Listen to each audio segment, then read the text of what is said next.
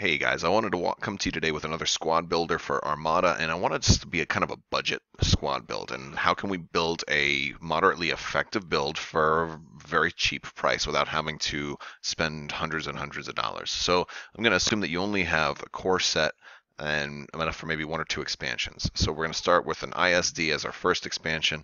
We're going to put a victory in here from the core set.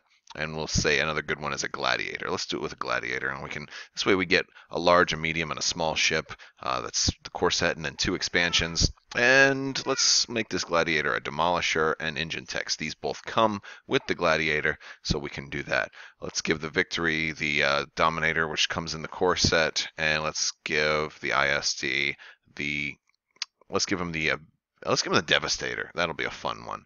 And then we'll give Vader as our commander, and and this is all self-contained. I'm not taking anything that doesn't come from the expansions or the core sets. So there's going to be you're easily going to have all of these upgrades. Now a lot of times I like to put XI7s, but that doesn't come with the ISD, so we'll go with heavy turbo lasers, which is just about as good. And now we don't get ECMs, which is a problem, but we can put redundant shields. That comes with it. So now we've got a moderately effective ISD here. I wouldn't always run Devastator, but this would be fun. This would be a fun build. It could be mildly competitive, and we've still got 50 points left over for squadrons. So let's go with what squadrons that come in the core set. And we're going to add some TIE fighters. Let's go with Howlrunner and 3 other TIE fighters. So that's 4 squadrons. Well, no, let's add 5 total. That puts us right at 399. And that's, we could stop here. We could fiddle around with this some more. We could adjust the squadrons. We could add, I think, Assault Concussions comes with the Gladiator, and we could do some changes this way. And now if we go down to objectives, we could go with advanced gunnery, which would be a great option if we were to get that, because it would make our ISD, which doesn't have gunnery teams, very, very strong. And then we could also choose, let's go with, I'm going to core set objectives here. Let's go with fire lanes. Fire lanes will work really well with both a victory and an ISD. We can rack up a lot of victory points that way. And for blue, I think dangerous territory would be a good one. We don't want to necessarily take damage by flying over rocks, especially with some of these slower ships like this victory. So that'll kind of help us out there. So these are, solid objectives.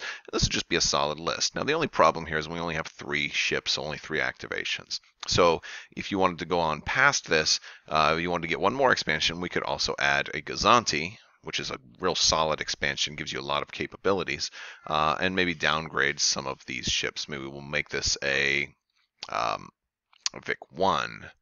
And now we have a Gazanti with maybe CommsNet, and he can pass out tokens.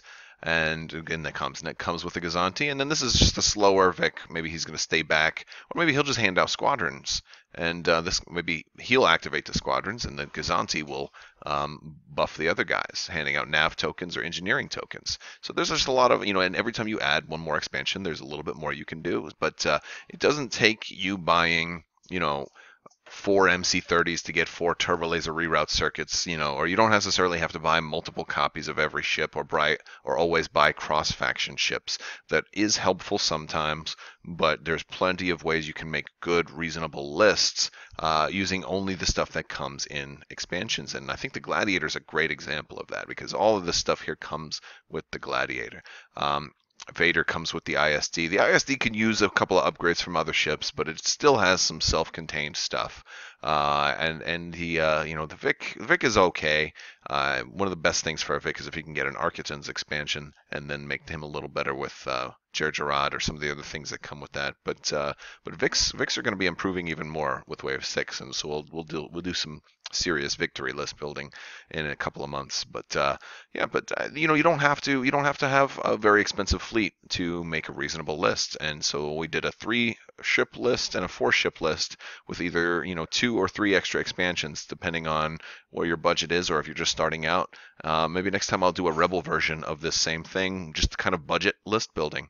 All right. Well, thank you guys so much for watching. If you like this video, feel free to subscribe, leave a like and a comment. Let me know what you think. And as always, thank you so much for watching, and have a great day.